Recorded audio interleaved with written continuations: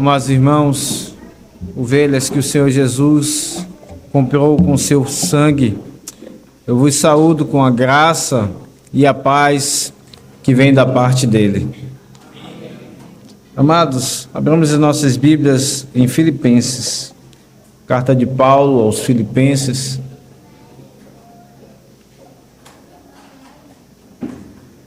capítulo de número 2.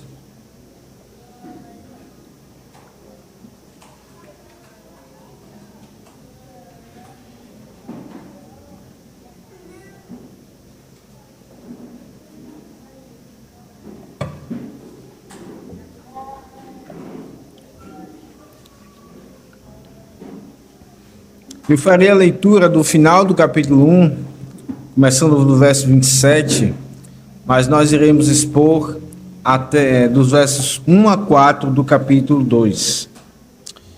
Assim nos diz a palavra do Senhor. Filipenses 1, a partir do verso 27, assim está escrito: Vivei acima de tudo por modo digno do evangelho de Cristo, para que, ou indo ver-vos, ou estando ausente, ouça no tocante a vós outros que estáis firmes em um só espírito, como uma só alma, lutando juntos pela fé evangélica, e que em nada estáis intimidados pelos adversários. Pois o que é para eles prova evidente de perdição, é para vós outros de salvação, e isso da parte de Deus. Porque vos foi concedida a graça de padecerdes por Cristo, e não somente de credes nele, pois tendes o mesmo combate que vistes em mim, e ainda agora ouvis que é o meu. Se há, pois, alguma exortação em Cristo, alguma consolação de amor, alguma comunhão do Espírito, se há entranhados afetos e misericórdias, completai a minha alegria, de modo que penseis a mesma coisa, tenhais o mesmo amor, sejais unidos de alma, tendo o mesmo sentimento.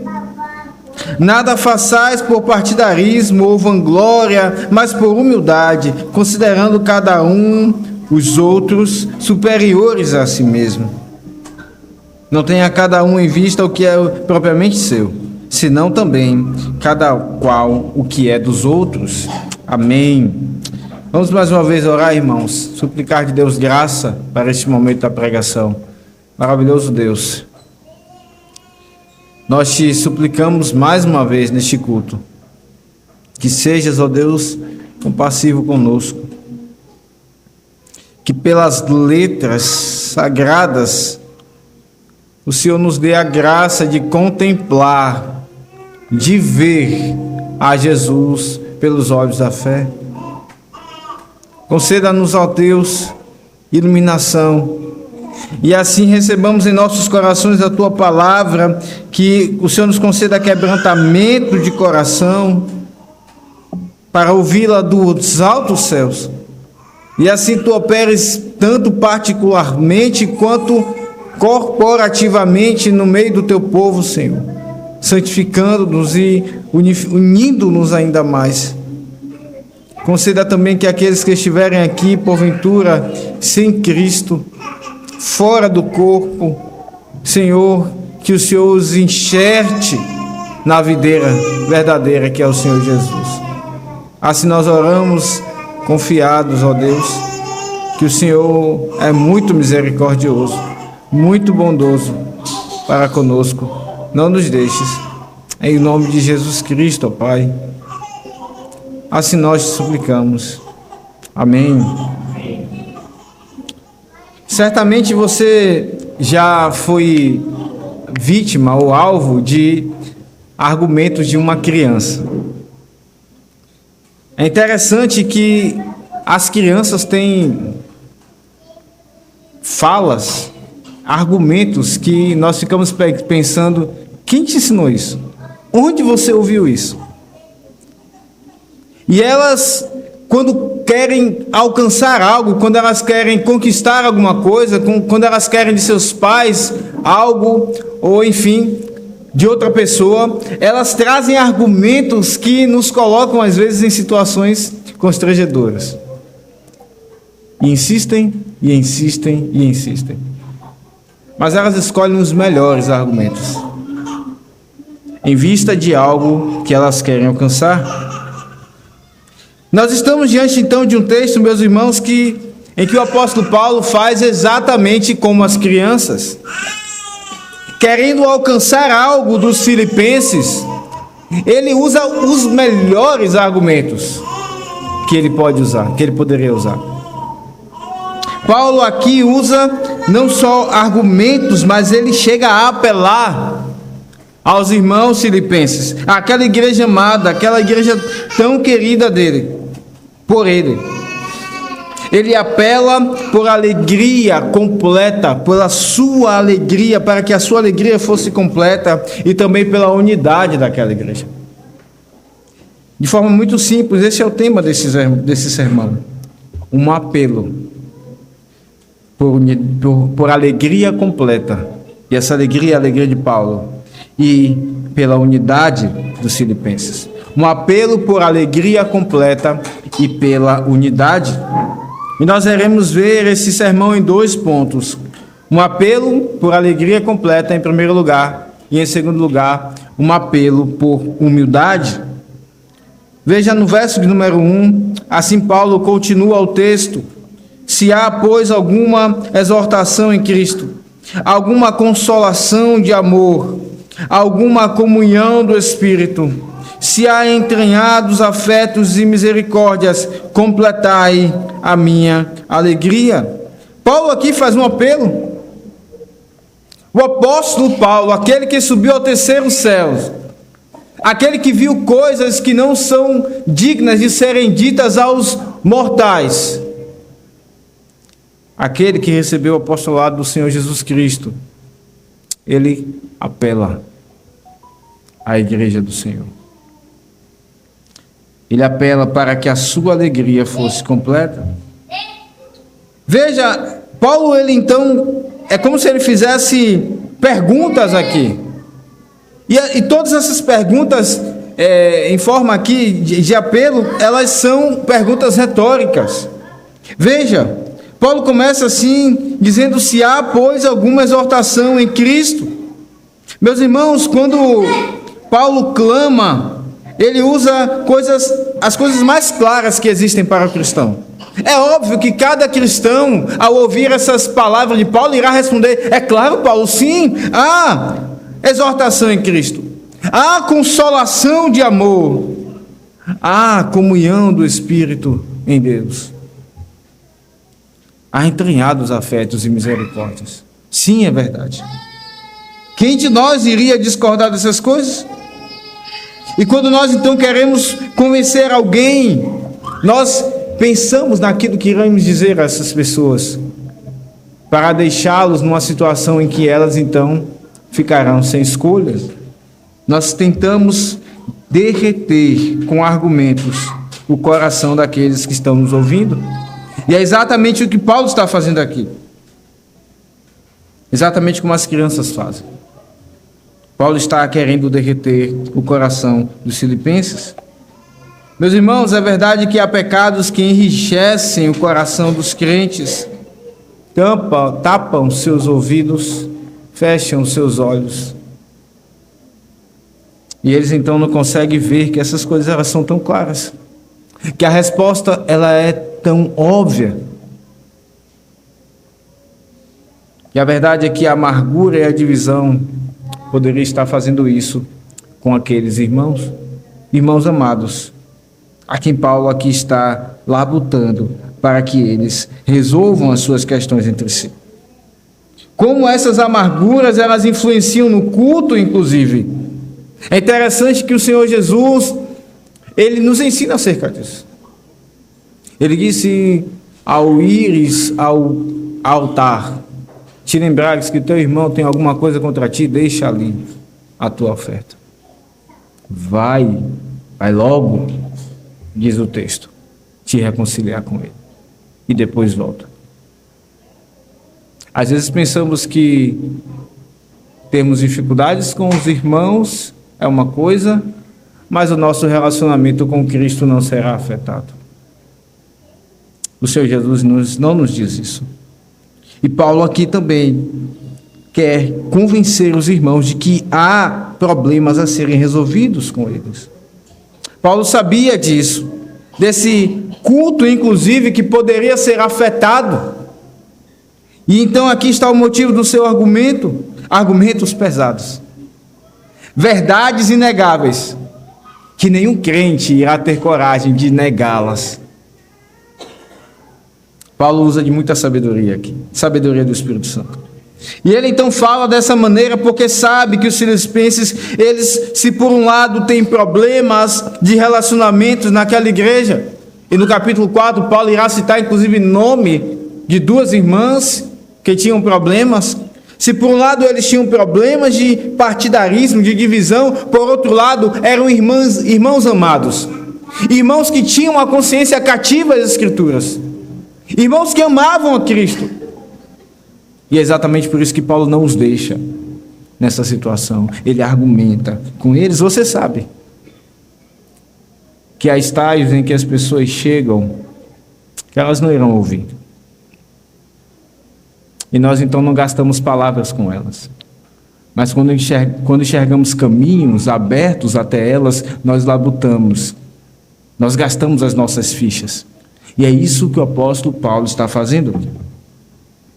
Ele não fala como Tiago, no capítulo 3 e capítulo 4, Tiago, ele é seco nas palavras. Era necessário assim. Tiago está escrevendo aos judeus que achavam que...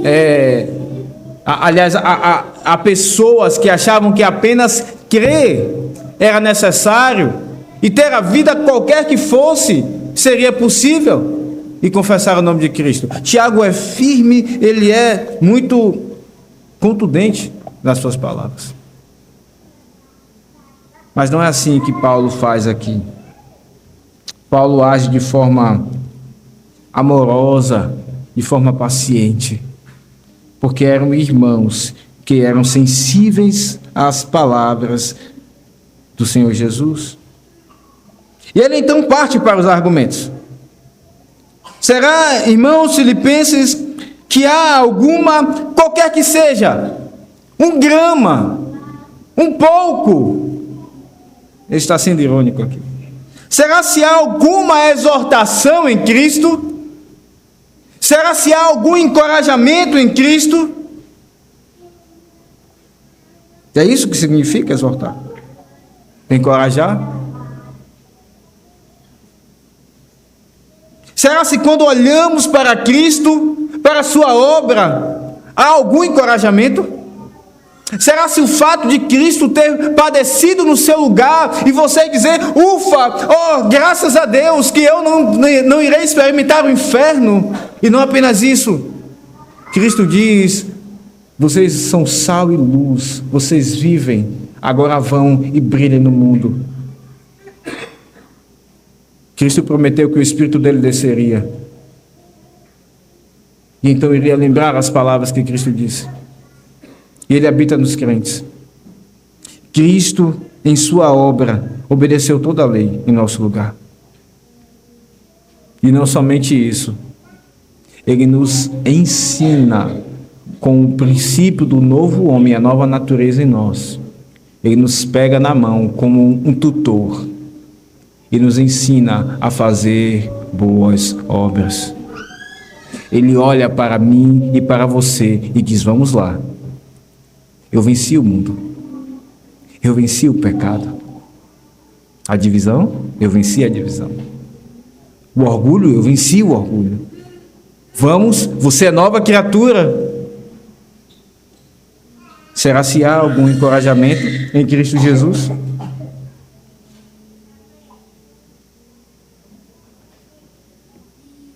Está escrito em Salmo 16, meus irmãos, que o Senhor não deixou o corpo de Cristo perecer na morte.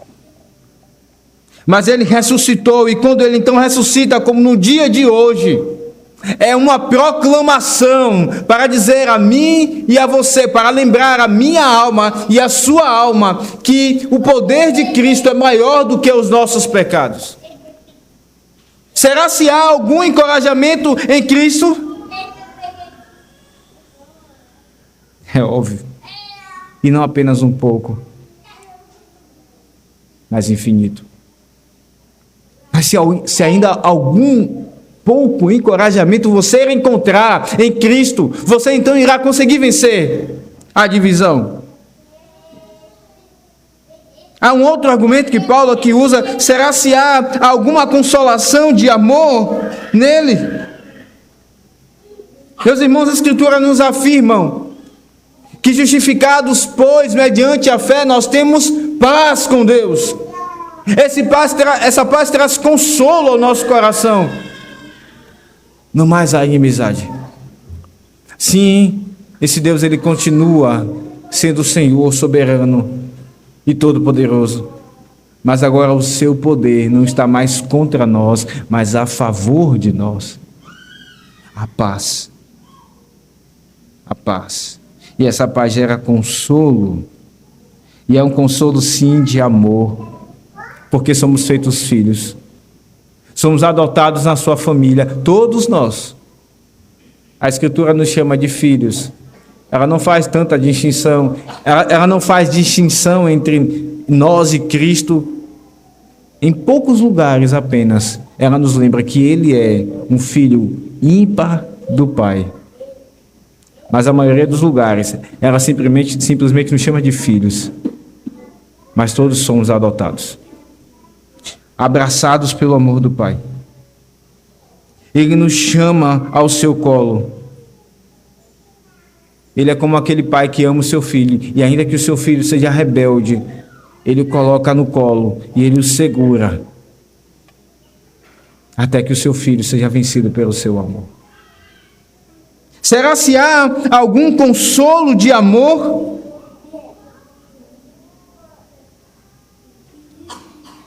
E a Escritura nos ensina, meus irmãos, que o Pai, então, fez esse amor transbordar da Trindade. E esse amor, ele transborda na igreja. A tal ponto que esse amor não apenas é do Pai para conosco e de nós para com o Pai, mas ele também é um amor que funciona entre o povo de Deus. Esse amor tem poder para nos unir. Veja que Paulo, ele fala lá na carta aos Efésios, abra sua Bíblia lá, no capítulo 2.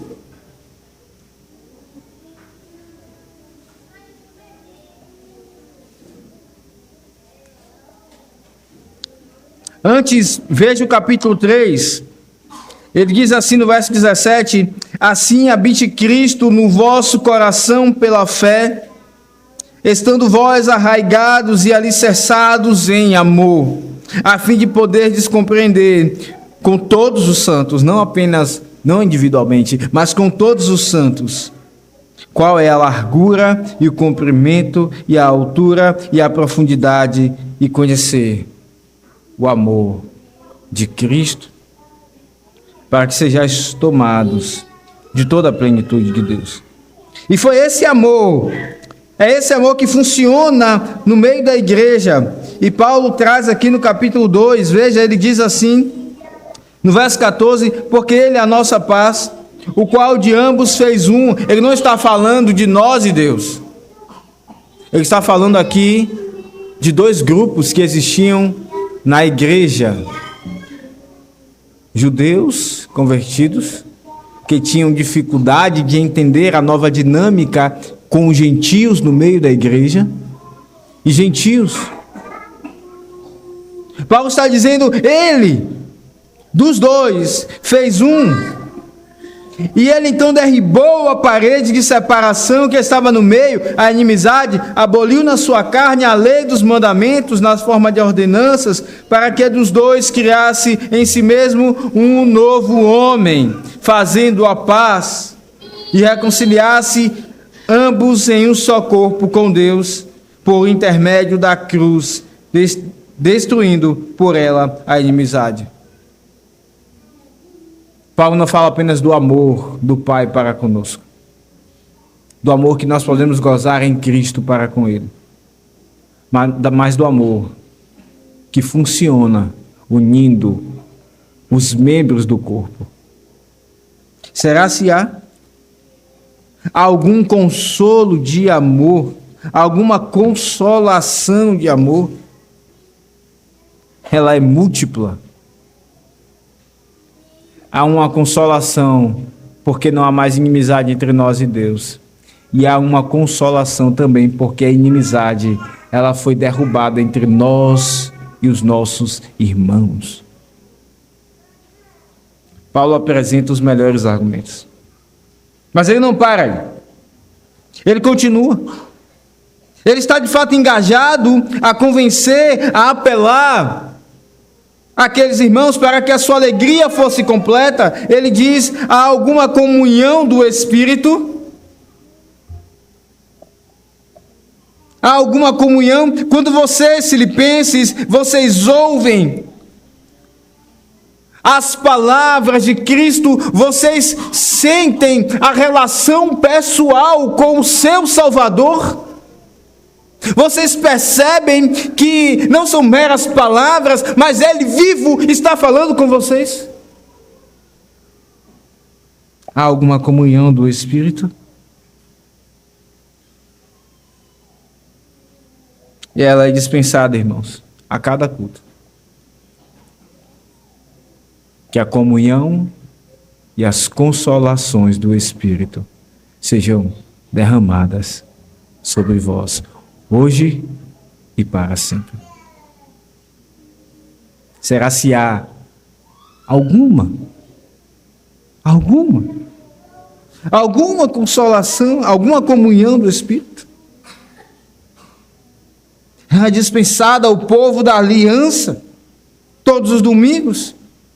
Será se há entranhados afetos e misericórdia? Então Paulo, ele extrapola agora aqui, ele usa o argumento mais apelativo. Ele diz: será se vocês não sentem as suas entranhas se comoverem com tal amor? Será se vocês já não foram levados a prantos e choros, não de tristeza, mas de alegria, porque vocês se sentem abraçados? Por entender esse amor, que pode ser entendido em algum grau, mas em outro grau não há como ser entendido, como Ele pode amar tão miseráveis pecadores como eu e você? Será se essas palavras elas não comovem vocês? Será se alguma vez você foi comovido pelo Evangelho?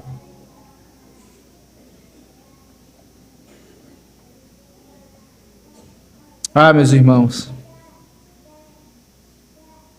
a verdade é que, apesar desses argumentos eles serem pesados, é um golpe baixo do apóstolo Paulo fazer essas perguntas. Porque todas elas quebram o coração de qualquer um de nós. Todas elas desarmam qualquer um de nós. Mas a verdade é que, por vezes, nós resistimos a essas palavras. Por vezes nós vemos crentes que entram e saem insensíveis àquilo que acontece no culto.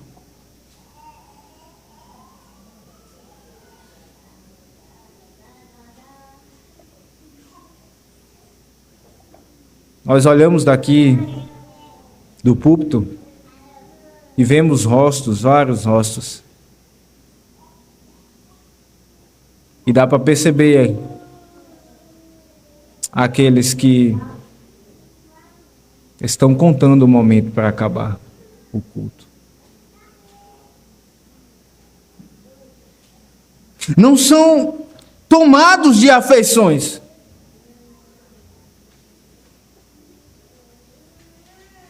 Sim, a resposta é que sim, há entranhados afetos e misericórdias. Mas se alguém não é tocado por essas coisas, se essas palavras não mudam as nossas vidas, não são problemas delas. Mas aqueles que vêm tão endurecidos por causa dos pecados. E como isso é triste. Paulo está apelando. E ele então, depois de usar esses argumentos, ele diz: completai a minha alegria. Sim, a palavra está no imperativo, mas é um pedido, é um apelo. Completem a minha alegria. Paulo está rogando, implorando. E ele está fazendo isso porque ele recebeu o ministério da reconciliação. Abra sua Bíblia em 2 Coríntios 5.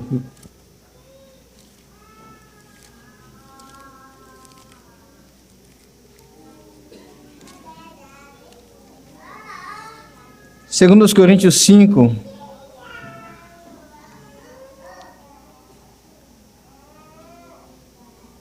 a partir do verso 17, está escrito assim: e assim, se alguém está em Cristo, é nova criatura, as coisas antigas já passaram, eis que se fizeram novas.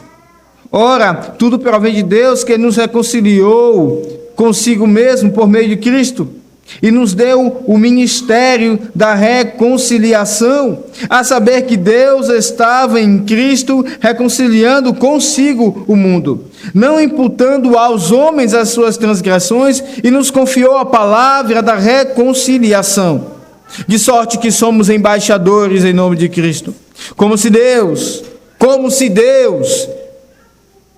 exortasse por nosso intermédio, em nome de Cristo, pois rogamos que vos reconcilieis com Deus. Paulo não está falando com ímpios. Paulo não está escrevendo a descrentes. Ele está escrevendo a irmãos. Mas ele ainda assim roga, ele sabe a que ele está falando, ele ainda assim roga que vos reconcilieis com Deus.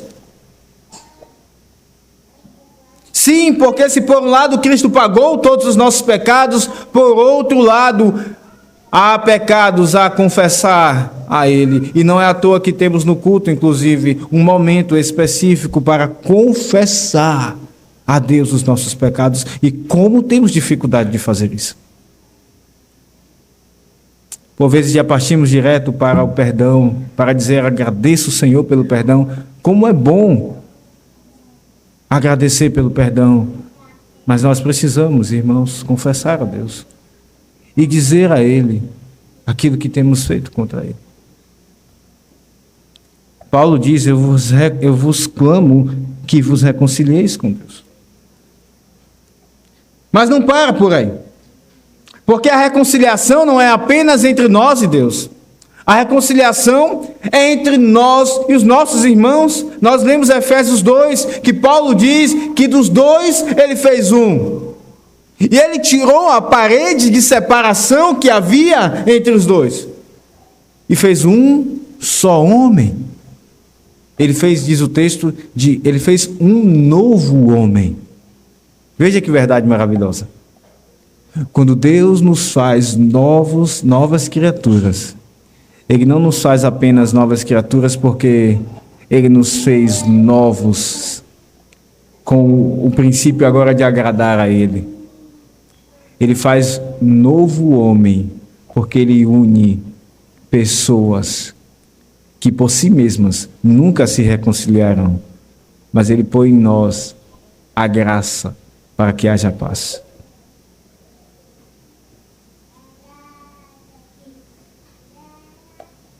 Com o ministério da reconciliação, que Deus entregou ao apóstolo Paulo, e ele entrega a todo aquele que é encarregado de pregar o evangelho.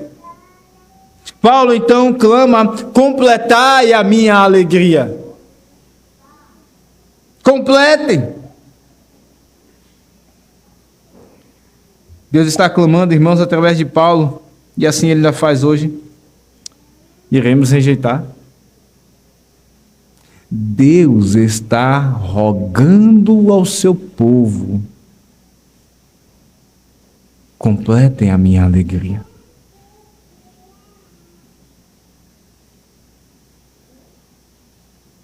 Deus, por intermédio daqueles que pregam.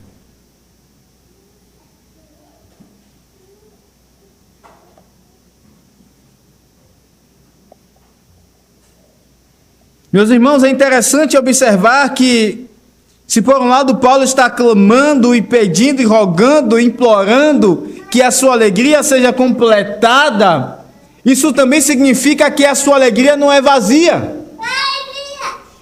Quando você pede a alguém para colocar um suco, um refrigerante, uma água, e ela não tem muita generosidade, coloca um pouco, você diz: complete, por favor. Não é que está vazio, mas é que você quer até o limite. É assim que Paulo então deixa escapar, e obviamente de forma voluntária, que ele se alegra com aqueles irmãos, que ele tem alegria naquela igreja. Meus irmãos, a igreja dos Filipenses era uma igreja engajada. Nós precisamos ser justos e honestos com esses irmãos. Era uma igreja engajada na divulgação do Evangelho. Eles eram apoiadores do apóstolo Paulo. Eram irmãos engajados na defesa do Evangelho, na defesa e confirmação do Evangelho. Paulo diz isso no verso 7 do capítulo 1. Paulo está falando dos santos em Cristo. É isso que ele diz no primeiro verso dessa carta. Aos santos, e santos em Cristo. Paulo está falando daquele de quem ele falou: estou plenamente certo de que aquele que começou a boa obra em vós há de completá-la até o dia de Cristo Jesus. Paulo está dizendo: eu reconheço, irmãos, que Deus começou a boa obra do novo nascimento em vocês. É acerca de irmãos. Paulo está falando a irmãos, de quem ele falou no verso 4, que fazia sempre com alegria súplicas por todos. Paulo está dizendo, quando ele roga e implora: completem a minha alegria. Paulo está dizendo: eu me alegro, irmãos, em vocês. Eu amo vocês. Quando eu penso em vocês, quando eu lembro de vocês, eu me regozijo. O meu coração ri de alegria. A igreja de Filipenses, irmãos, era como uma igreja que aquele visitante poderia ali chegar, passar poucos dias, e ele iria ficar espantado, dizendo: uau, que igreja! Essa igreja não tem pecado. Essa igreja não tem nada de errado. Como os irmãos são engajados, eles estão juntos, cooperando. É isso que Paulo diz aqui no verso 5, a cooperação no Evangelho, trabalhando juntos. Mas era uma igreja que, se alguém passasse ali um bom tempo, iria descobrir que não era uma igreja perfeita. Tinha os seus pecados.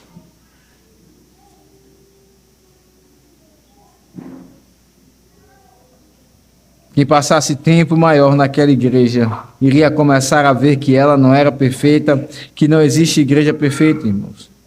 Deus está santificando o seu povo. É isso que Paulo disse no verso 6, que ele há de completar a obra até ao dia de Cristo. Se irá completá-la, a obra está incompleta. A começar dos líderes.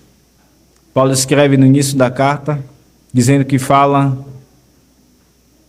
inclusive, aos bispos e aos diáconos. A começar dos líderes. Essa igreja não era perfeita. Paulo sabia disso. E como eu penso a mesma coisa da nossa igreja. As pessoas chegam aqui e ficam impressionadas e dizem: uau, como a igreja é acolhedora. Você certamente ouviu várias pessoas falarem isso da nossa igreja. Como os irmãos são juntos, unidos. Como a igreja tudo funciona. Ontem mesmo tivemos evento aqui da Federação de Jovens do nosso presbitério, e eu nem havia pedido a alguém para trazer alguma arrumação, e quando eu chego aqui estava arrumado. Uma irmã veio, e outra irmã também já estava se comunicando com ela, estava aqui o diácono. Como é maravilhoso isso! Graças a Deus, irmãos. Dá alegria, dá gosto de ver essas coisas. Mas temos pecados. Temos os nossos pecados. E é por isso, então, que Paulo, ele roga, ele implora, ele diz: completem essa alegria, faça essa alegria aumentar, irmãos. Resolvam logo as suas coisas, para que essa alegria seja maior. A verdade é que a alegria, que as guerras, elas militam contra a alegria. Elas causam tristeza, elas nos tiram a atenção, inclusive no culto e nas nossas tarefas diárias. Elas militam contra a alegria. E é por isso que Paulo então diz: completem a minha alegria. Eles eram bem-sucedidos, cooperavam para divulgar o Evangelho, para anunciar o Evangelho para fora. Era uma igreja maravilhosa, mas internamente havia problemas. Paulo falou nos versos 27 a 30 do capítulo anterior sobre como os irmãos deveriam ser unidos para fora, no sentido de que essa unidade deveria funcionar para lutar contra aqueles ensinos errados e contra aqueles adversários. Mas agora Paulo está tratando o interior da igreja. Completem a minha alegria. Talvez você diga: mas a alegria de Paulo não é perfeita? Ele não conhece a Cristo? Como assim a sua alegria é incompleta? Ele diz: o meu viver é Cristo. Por que agora ele está dizendo: completem a minha alegria? Sim, irmãos, a verdade, o viver de Paulo era Cristo, então a sua alegria era perfeita em Cristo.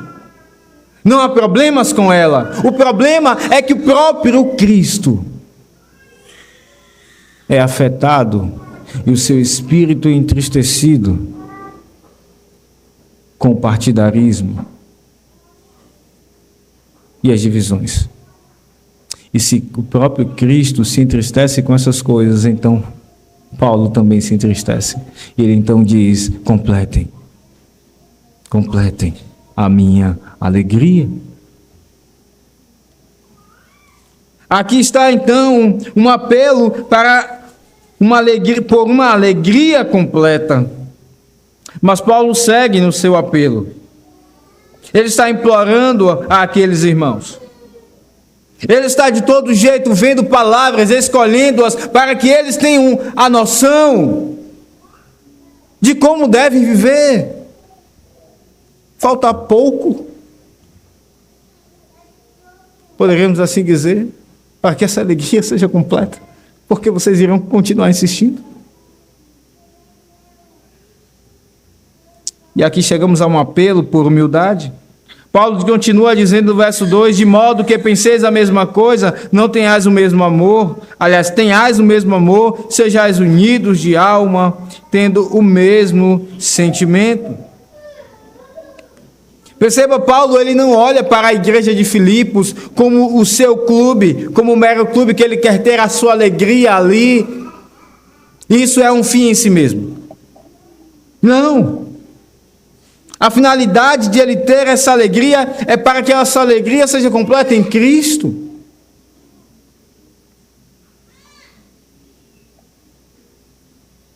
Meus irmãos, o Senhor Jesus ora na tão conhecida oração sacerdotal pela igreja. Vamos ver? Abre João 17. João capítulo 17.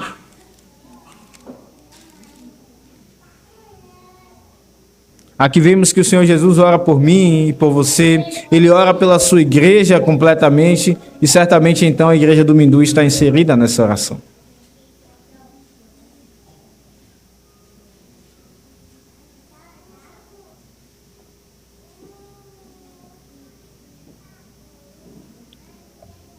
João 17, 20.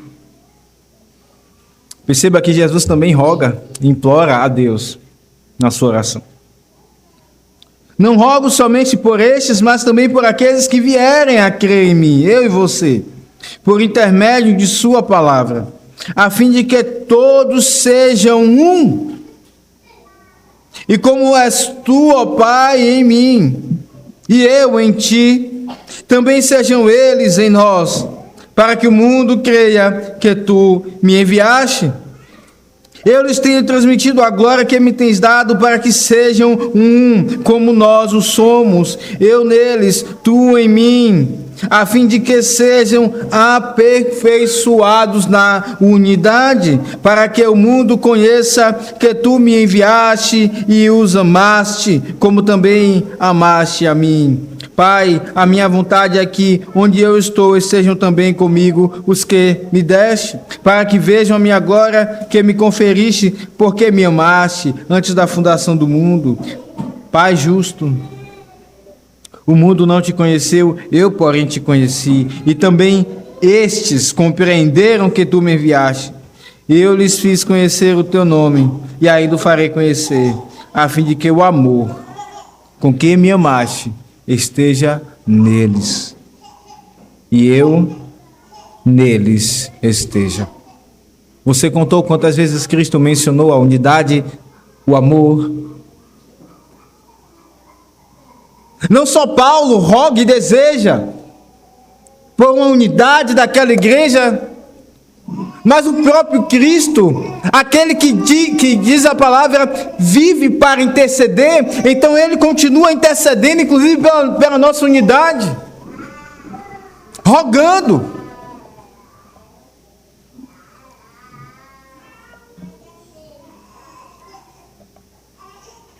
O desejo de Cristo, irmãos, é que sejamos um. E Paulo, então, voltando para Filipenses, ele então diz que vocês pensem a mesma coisa.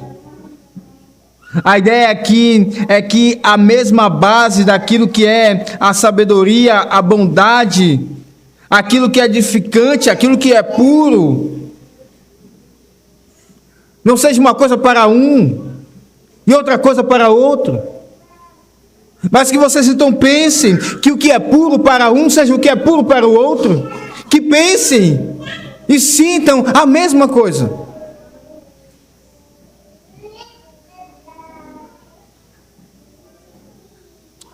Que penseis a mesma coisa.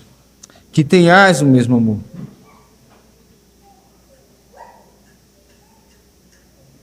Mas não basta, irmãos, ter o mesmo pensamento. Não é apenas isso.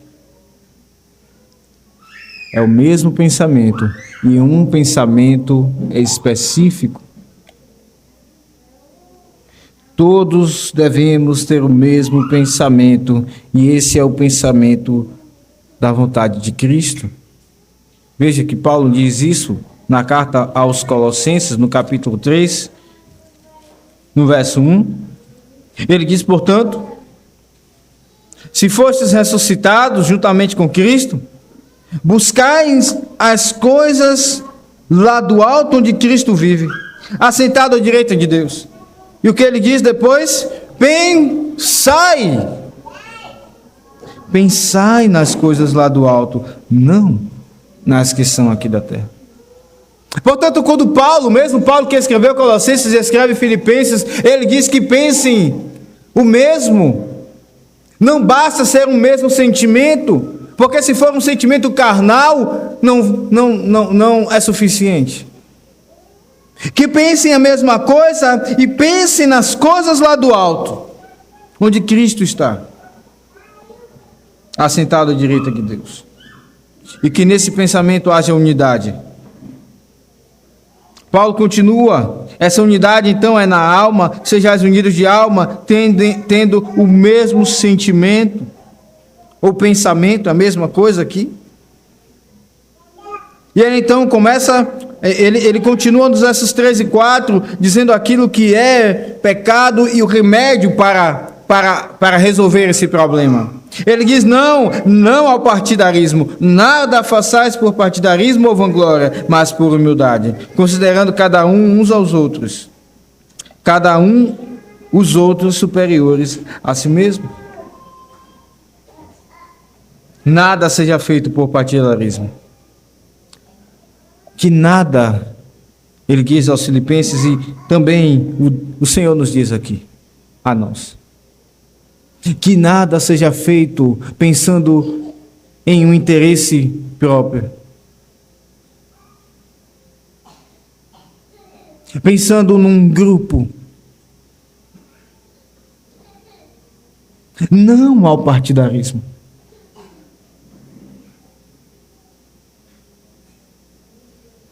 E como nós, irmãos, temos tendência ao partidarismo. Não, Paulo não está falando aqui de ter os melhores amigos.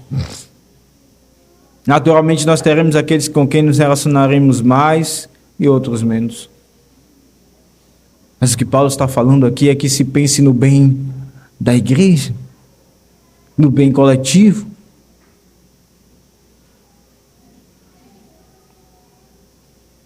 Ó, como nós, por muitas vezes, dividimos a igreja. Paulo diz não. Literalmente aqui poderia ser traduzido não ao partidarismo. Nada de partidarismo.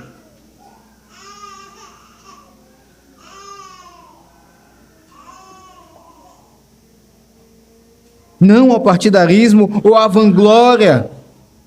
Ou seja, não aquilo que parece ter alguma substância, mas depois se dissipa. A vanglória aqui é exatamente como um vapor que você olha, você enxerga, vira o rosto e depois olha de novo e já não existe. Não há substância.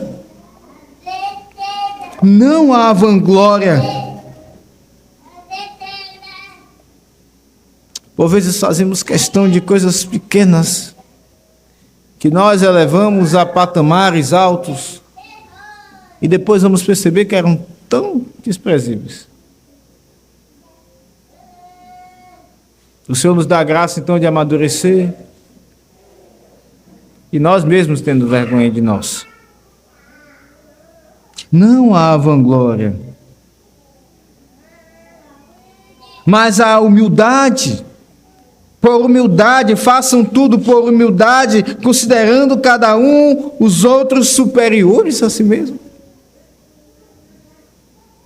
Irmãos, Paulo estava falando aos filipenses. E naqueles dias, os cidadãos romanos, a cultura daquela sociedade, a cultura daquela cidade era ensinar aos cidadãos baterem no peito e dizer: me respeite porque eu sou romano. Eu sou um cidadão romano. Vocês lembram quando Paulo esteve lá em Filipos? Ele foi açoitado, envergonhado, e na prisão o carcereiro ficou sabendo que ele era um cidadão romano. Paulo depois foi tratado numa fineza impressionante. A cultura daquela cidade ensinava a cada um deles a erguerem o pescoço e a olharem as pessoas de cima a baixo, a se valorizarem. Paulo diz não. Considerem os outros superiores a si mesmos. Como o evangelho é contracultural.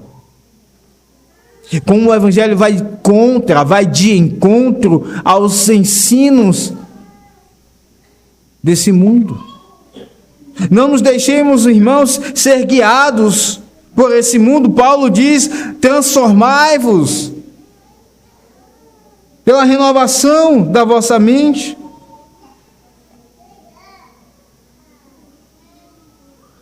O tanto que conhecemos deve nos levar à humildade. Paulo diz: o conhecer ensoberbece. O tanto que temos deve nos levar a mais serviço.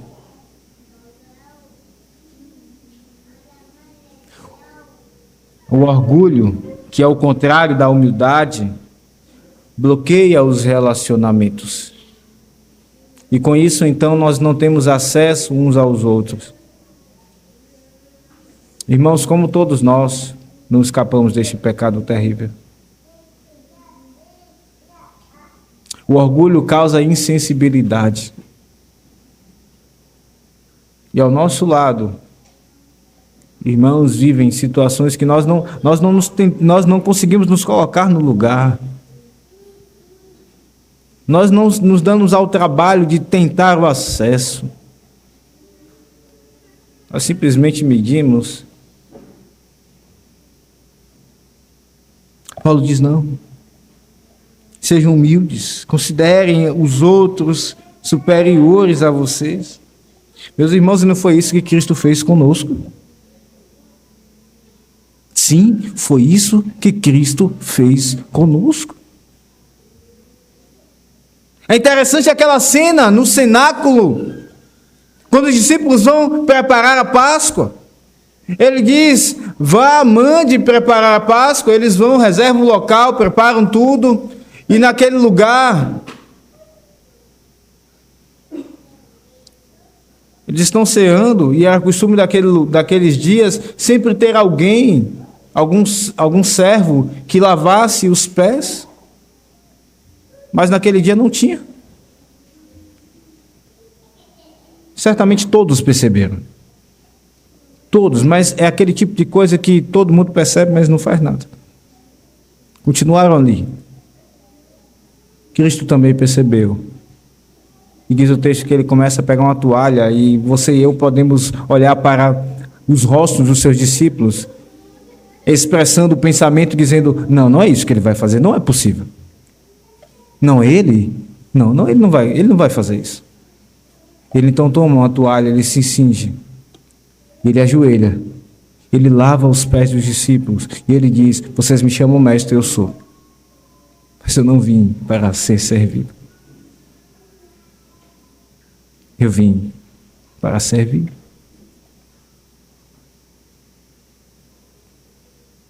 Ele nos serve pela cruz. Ele nos serve exatamente com aquilo que nós precisamos e ninguém poderia fazer por nós.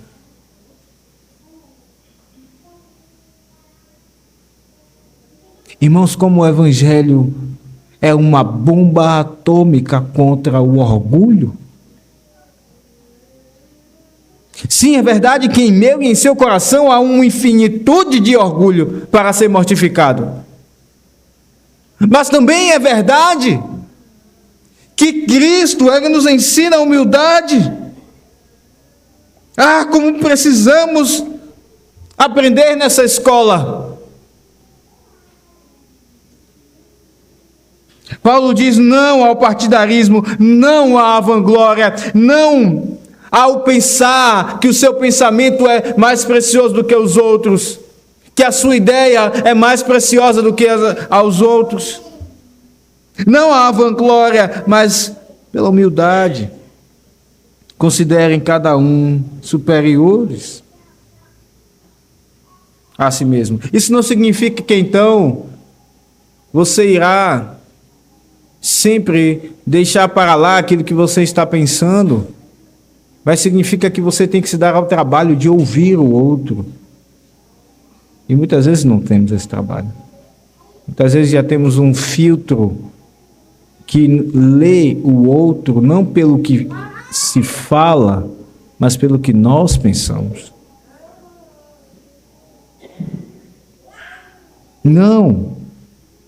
Considerem cada um superiores uns aos outros. Este é o remédio à humildade. Paulo aqui está fazendo um apelo pela humildade.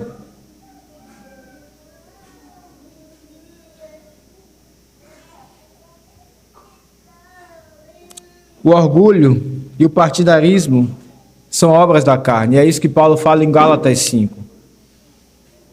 A ira, a gritaria, a facção são as obras da carne. Mas não, devemos buscar a humildade. Paulo encerra no verso 4 dizendo: não tenha cada um em vista o que é propriamente seu, senão também cada qual o que é dos outros. Esse verso nos lembra exatamente a vida comum da igreja primitiva, que não usava as suas coisas como dizendo: aqui é meu, e o outro que não tem, que busque também, porque afinal de contas eu labutei muito para ter o que tenho, ele também que labute. Mas ninguém tinha aquilo, as suas posses, como propriamente suas. Mas estava a serviço do próximo, especialmente do irmão.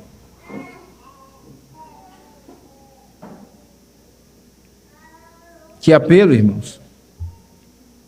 Que apelo. Paulo apela para que a sua alegria fosse completada. Paulo apela pela humildade. E nesse apelo, a ideia, nós poderíamos aqui resumir ainda mais o tema desse sermão. Paulo apela pela unidade. Eu quero finalizar esse sermão com o texto de João, capítulo 19. Abra sua Bíblia lá. João 19, verso 25.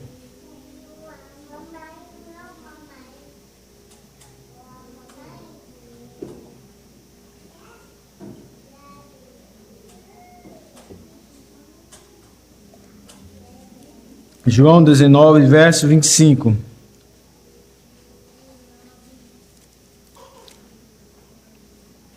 Aqui está o Senhor Jesus crucificado, perdendo as forças.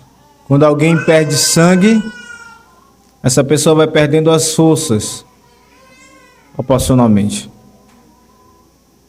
Mas ele teve forças para dizer essas palavras. Veja, João 19, 25. Diz o texto: junto à cruz estavam a mãe de Jesus e a irmã dela, e Maria, mulher de Clopas, e Maria Madalena. Vendo Jesus sua mãe, e junto a ela o discípulo amado, disse: mulher, eis aí teu filho. Depois disse ao discípulo: eis aí tua mãe. Dessa hora em diante, o discípulo a tomou para sua casa. A cruz de Cristo faz de nós família. A cruz de Cristo, em meio ao seu sofrimento, em meio à sua dor, Cristo ali une um que não era filho biológico de sua mãe, ele passa a ser filho e ela passa a ser mãe, não importa se não eram biologicamente unidos, o sangue de Cristo os une. Como Cristo apela da cruz, para mim e para você, sejam um. Meus irmãos, que essas palavras retumbem em nossos corações. E que nós completemos a alegria do nosso Salvador. Oremos. Vamos ficar todos de pé.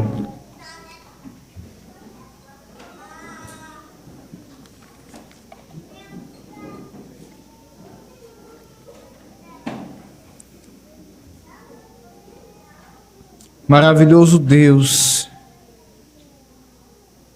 nosso Deus, Deus de nossas vidas, a quem pertencemos. Não temos outro Deus além de Ti, Senhor. Não temos. Apesar de que, por muitas vezes, nos encantamos com ídolos, Senhor, E aí está então a nossa guerra para matá-los. A nossa confissão é de que só temos a Ti como Deus. E Tu sendo o nosso Deus, Tu és o nosso Pai. E Tu sendo então o nosso Pai, Cristo é o nosso irmão. E todos então somos da Tua família, Senhor. Ó, que o clamor de Cristo ensanguentado da cruz, sentindo o peso de Tua ira, faça estremecer os nossos corações. Para que o partidarismo em nós, ó Deus, seja destruído. E assim o Teu prazer em nós seja ainda maior. A Tua alegria em nós, nesta igreja, seja ainda maior. Ó Tu, ó Deus, que ouves as nossas vozes, também Te pedimos que alcance aqueles que aqui estão, porventura, que não fazem questão de fazer parte do Teu povo. Tem compaixão, Senhor. Que o clamor das Tuas palavras sejam como setas por entre as armaduras destes, ó Deus, e vença os seus corações. Em nome de Jesus oramos. Amém.